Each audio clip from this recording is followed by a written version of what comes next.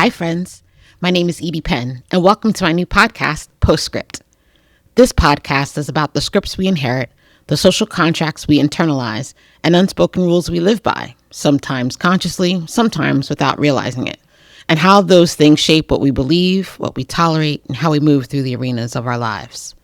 I'm coming to this conversation as someone who spent over 20 years in human resources. And while so much of what I've learned about these scripts and social constructs that we're slaves to is through that work, I know for sure that it applies to you as a regular, everyday person in your regular, everyday life. I've seen how breaking down these constructs has freed people. In many ways, what I've learned is that some of these normal ideas that we repeat at work and in our relationships, at leadership conferences, as parents, walking through our everyday lives, are actually really harmful scripts in disguise. And once you see them, you can't unsee them. One of the most harmful things about some of these frameworks is that they're presented like truth, not a perspective, not this might work for you if, truth. And the harm of that is, it doesn't even acknowledge that the assumption that this works for everyone is sometimes the very problem. Because if it doesn't apply to you, if you do all the things and your life doesn't suddenly improve, you start thinking that the problem is you, not the framework, not the message, certainly not the messenger, you. You start thinking that you're undisciplined. Maybe you're too broken or too sensitive, too resilient or not resilient enough, this or that, whatever, fill in the blank. When really, the framework was never built with you in mind. It was built for somebody with a different set of permissions, a different kind of body, a different relationship to relationships, to risk, to danger, to authority. And when you try to force those things onto your life, you end up worse than you were before. That's not self-help, friends. That's self-destruction. So the goal of this podcast and how I want you to engage with it is not to take what I say as gospel. God, that's the opposite of what I want you to do. It's to practice discernment. I want you to listen and ask yourself, does this idea make me feel more free or more restrained? Does it expand my thinking or shrink my options? Does it help me feel more like myself, or does it make me feel like I need to be someone else to be good or good enough? I also want you to pay attention to the voice behind that message. Whose perspective is that? What assumptions are they making about your life, your body, relationships, resources, safety, access, your reality? Does it even make sense to you? To be clear, this isn't about me. It's why this podcast will be audio only. Don't get it twisted though. I have a voice for radio and a face for TV. I just don't want you to become an Edie Penn fan. I mean, you can, because I'm fabulous. But the point is not worship. The point is practice. The point is that you get better at thinking for yourself so that you can take what's useful and leave the rest and build something that actually fits your life in community, and not just what sounds good, what's trending, what's on the New York Times bestseller list, what's packaged well, or the latest thing you saw on your IG feed. What's true, what's aligned, and what's for you. Enjoy the episode.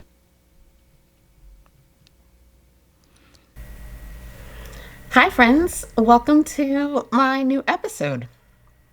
So, as is the normal course, I had absolutely no idea what this episode was going to be about. What usually happens is I finish recording one episode and I think, great, I'm done. I don't have to think about this for a month. And then something happens. I see something on social media or a YouTube video. Somebody says something at work and I think, and then ruminate over it for 27 days. Finding myself down an endless rabbit hole on day 28, and I'm still like, I don't know what the hell this next episode is actually going to be about. And this month was no different. Well, it was a little different. Fairly soon after my last episode, I watched Nicole Byers' Why Won't You Date Me episode, where she interviews world-renowned psychotherapist Esther Perel. Esther specializes in helping humans navigate the complexities of relationships in contemporary life. And something Esther said in that episode stuck to me. Not with me, to me. I haven't been able to shake it off, and I somehow knew I was going to go back to it. In talking about dating apps, Esther said, intimacy is not evaluation, it's participation. She was talking about the way we swipe through human beings like we're shopping. This person's attractive, this person's not. This person's successful, this person's not. This person's a 7.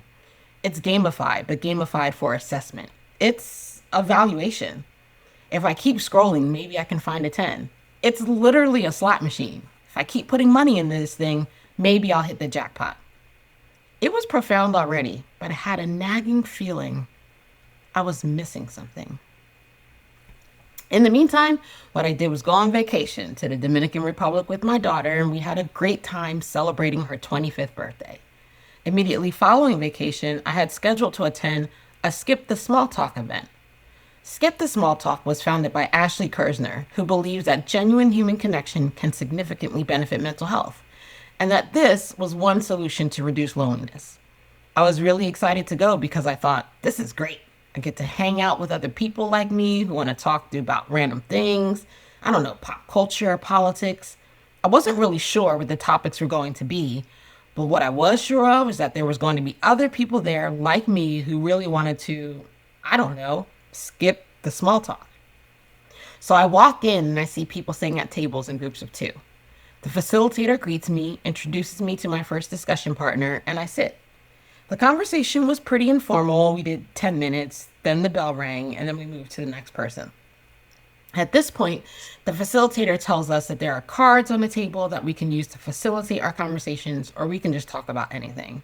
And so I'm like, cool, shortcut, let's look at these cards. But the cards have questions like, what's something that you were afraid of when you were younger that you're no longer afraid of? Or what's the last thing you did that you were really proud of? I can tell from the nature of the cards that they're intending to jump to vulnerability pretty quickly, that they want us to dig deep and talk about very personal things with perfect strangers.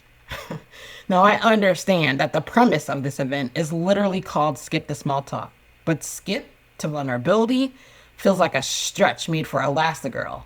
So I flip over a card, I look at the card, I look at the person across the table from me, and I say, do you want to answer this question? And they're like, no. So I flip another card. I'm like, do you want to answer this question? And they're like, no. So I flip yet another card and I'm like, do you want to answer this question? And they're like, I don't know, maybe. So we're sitting there looking at the three cards and I'm like, well, I don't want to do this one. And they're like, well, I don't want to do this one. So we decide to answer the third card.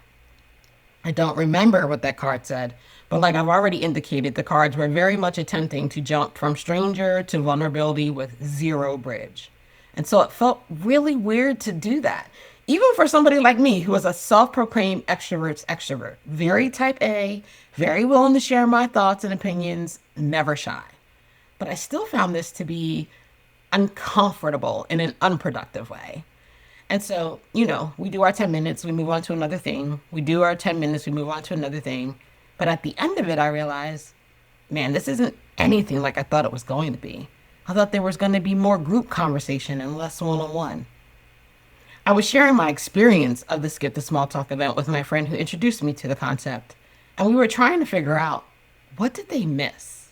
What is the bridge between stranger and vulnerable conversation? And I started to think about my own work. And I thought, well, maybe the bridge is a commonality. Maybe we should do some type of pre-event activity where we realize everybody in here has something in common. And then, I don't know, spend the first conversation trying to figure out what the commonality is. Because I feel like we need something to establish that the other people in here are like me in a less abstract way than everybody just showed up to this thing. Vulnerability breeds vulnerability. It's literally one of the things that I coach. But even that requires some basic relationship building. So what could we do that would create some of that vulnerability that we're looking to get to? That intimacy. That's what the Skip the Small Talk event was missing. A bridge from stranger to intimacy. And I heard Esther's words ring in my head. Intimacy is not evaluation. It's participation. So then a few days ago, I was on Instagram, as I am wont to do, and I saw a video of a carnival ride that was out of control and starting to tilt backwards. And one man quickly ran over, held it down. I think he yelled to somebody to come help him. And before we knew it, there were 15 or 16 people there holding it down. It slowed down, it stopped, people were safe. And when I saw this, it reminded me of something else, which I don't know if you guys are familiar with this because it was quite a few years ago. There was a TED Talk going around where there was a video of a guy dancing at a music festival. He's dancing, doing some weird dance, whatever. And the voiceover is saying, one lone nut can get up and start dancing. But that the catalyst really is the next person who decides to go dance, which they call the first follower. So the first follower makes that lone nut a leader. Then there's a second follower who gets up to dance, but the second follower doesn't mimic the leader.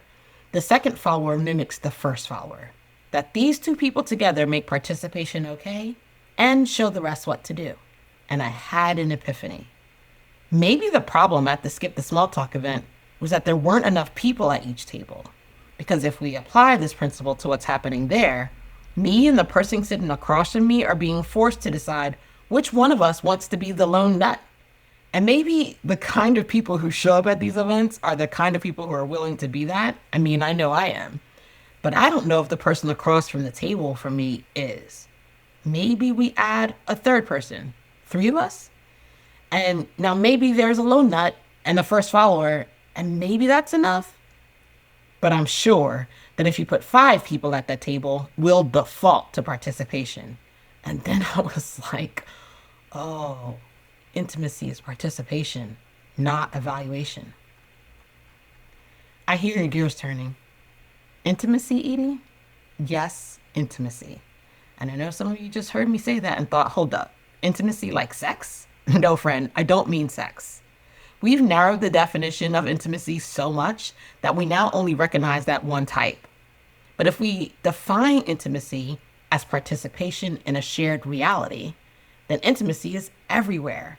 And I know that feels broad, but that is intentional. Because the minute we narrow it to mean relationships in which there is sexual engagement or interest, we lose access to all the other forms of intimacy that are available to us. One of the places this distinction pops up in the current social discourse is in the conversation about monogamy and polyamory. One of the things that frustrates me about the public conversation around this is that everybody immediately starts talking about sex. Always, every time. Can your partner sleep with somebody else? Would you allow your partner to date somebody else? What if your partner falls in love with somebody else? Listen, I can't speak on behalf of the entire polyamorous community. I can, however, speak to my own experience. And all those things that people argue about are so far from view for me. The reason I ended up identifying as polyamorous has nothing to do with sex. It has everything to do with 2 primary things. The first being, I cannot be one other person's everything. It's not possible. It's not possible, friends. It's not possible for me to be everything to one other person. I'm going to fall short in some ways and in some areas. And I think that people would say, well, that's just the nature of relationships. Okay, sure. Cool. If that satisfies you, cool. The problem for me, though, is that I don't want to put the expectation on another person to be my everything either, because I'm literally setting that person up for failure. They can't be everything to me. And so it makes sense to me to allow them to be everything that they can be to me. And the things that I need for whatever reason that I can't get from that relationship, there are other avenues for that. Sometimes those other avenues are platonic. And the way we practice modern day monogamy generally doesn't allow for this. There's this relational hypervigilance element to it that limits what kind of platonic friends you can have. And so the things that I can't get from my spouse or my mate or my partner, I also might not be able to get from other people. So now I'm in this relationship where you can't give me everything because 2 humans can't give or be everything to each other. And now you've also cut off my ability to get that from other people. And so now what do? I'm miserable and I'm frustrated and I'm unfulfilled. And those things, maybe it's just 20% of what I need that I can't get from you, but they grow and they start to feel heavy and they can get loud. Because it's not being met at 10% or 20%, it's being met at 0%. And despite the 80% that one person can give, that 20% missing is starting to feel like a cage. The second reason is because I love my partner, I want them to actually be fulfilled and have the opportunity to feel love from every source. For me, someone else loving my partner is not a threat to me. They're fulfilled, they're happy, they're getting something that for whatever reason I can't provide to them by somebody who loves them. That benefits me too. I don't need to know that person. I don't need to be in a relationship with that person. I don't need to ever see that person. That person doesn't need to be in my house. That person doesn't need to be in my bed. All of those things are possible, but not necessary. All I need to know is that that person loves my partner and provides something to my partner that my partner feels or I feel can't be met between the two of us. No one person can be everything. Not because they're bad or insufficient or failing, because they're human. The assignment itself is impossible. And by the way, this isn't news to anyone. We all seek intimacy from other relationships, friends, family, coworkers, community. You have people, probably a lot of them, who meet needs that your partner can't. You already recognize that you need a network and not an individual for your life to feel whole.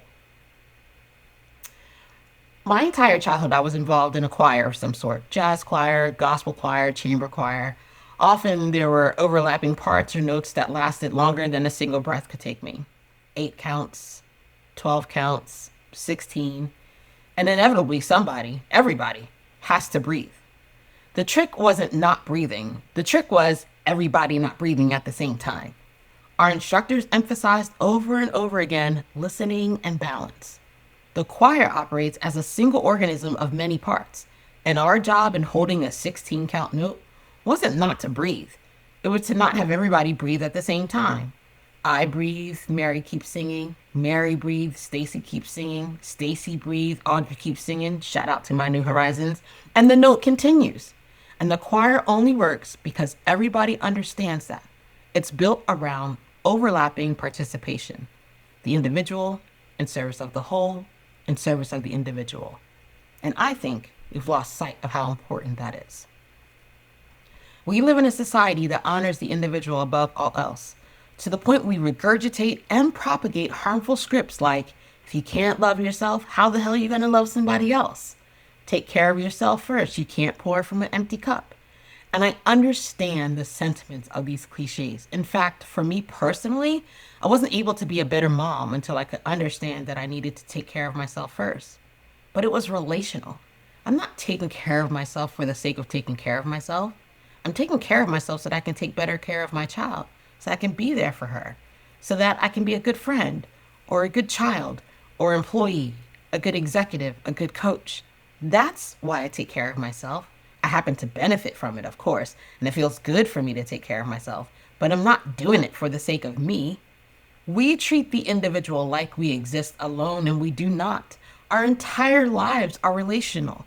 We're all part of something, influencing something, or being influenced by something. And maybe that's why Esther's words have been ringing in my head and sticking to me for weeks. Because evaluation is the language of the individual. Participation is the language of community. And this is how I think about almost everything. It shows up in my own relationships, my parenting, and my work, and my coaching. I think of everything as relational. And the more I sat with her words, the more I realized how much of American society and culture is built on the exact opposite assumption, that the individual is the primary unit. When the truth of the matter is that networks and systems shape more of our everyday lives. And if we ignore that and never interrogate it at the system or network level, we're losing the plot and recreating systems and networks that propagate the same harms we believe we're freeing ourselves from, while simultaneously depriving ourselves of the relationships, communities, and structures that make human flourishing possible. As per usual, we've reached the point where I'll ask some questions I think you may be pondering. Let's start with 1. Edie, are you arguing for polyamory? I could see how it looks that way, but no. I'm arguing that people should interrogate what they actually want. Monogamy is presented to us like a zip file, and we're asked to practice it wholesale without ever opening that file. I'm advocating that if monogamy is what you want, that you take the time to unpack that file and treat it a la carte. What assumptions are stuffed in there? What expectations or agreements are in there? What actually fits your values, your lifestyle, and your relationship? What doesn't? If after doing all that, you still choose monogamy, great. Choose it, but choose it consciously. My overall concern isn't that people choose monogamy. My concern is that many people inherit it, practice it, defend it, and suffer inside of it without ever examining whether all of the bundled assumptions are things they would have chosen for themselves. 2. What do you mean by intimacy outside of a sexual relationship? As I've noted, we're already familiar with these things. The inside jokes you share with your best friend, having your child's favorite meal prepared when they come home from school, knowing which coworker drafted an email because you recognize their voice or style or fingerprint, the way a choir knows when to breathe, the way sports fans share language and history. Go Birds. These are all forms of intimacy, things formed by repeated participation in a shared reality.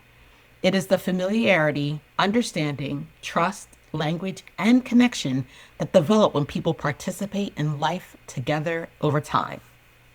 Next, when does participating in a group, relationship, or community become unhealthy, conformity, or compliance? Participation by definition requires choice. When participation feels forced, mandated, or compulsory in some way, that's often a sign that you're moving toward conformity or compliance. If you can't meaningfully opt out, or if opting out results in judgment, punishment, or exclusion, you're no longer operating in a shared reality.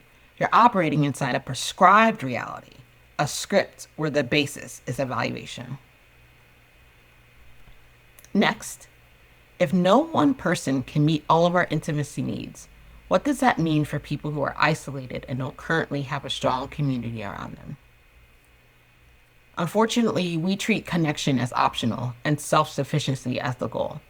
We tell people to be more resilient, more independent, more self-reliant, while creating fewer opportunities for meaningful participation and community. We live in a culture that encourages people to solve relational problems individually. If no one person can meet all of our intimacy needs, then relationships, community, and participation aren't extras. They're part of how we function. And if we live in a society that actively discourages that, these people are left out to dry. This is a great example of what the problem I'm describing is causing and why we need to address it. And finally, why do you think American culture became so focused on the individual in the first place? If everything is relational, as you say, how did we end up telling ourselves a story that starts with the individual instead of the relationship? Well, let's put it this way. Individualism is a very useful story if you're trying to sell people the idea that they succeed alone or fail alone. It's a very useful story if you want people to believe that billionaires create themselves, that poverty is primarily a personal problem, that burnout is an individual resilience problem, or that loneliness can be solved through self-improvement. It creates, as of 24 hours ago, trillionaires. The truth is, I don't think capitalism created individualism by itself.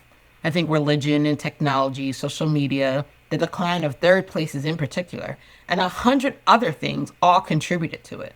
What I do know is that somewhere along the way, we stopped thinking of ourselves as individuals in relationship and started thinking of ourselves as standalone units. And we've lost something really important because of it. Human beings cannot, do not thrive alone. We have to depend on each other, whether we admit it or not. So friends, that's all the news that's fit to print for this episode. Thank you so much for listening and joining me here again.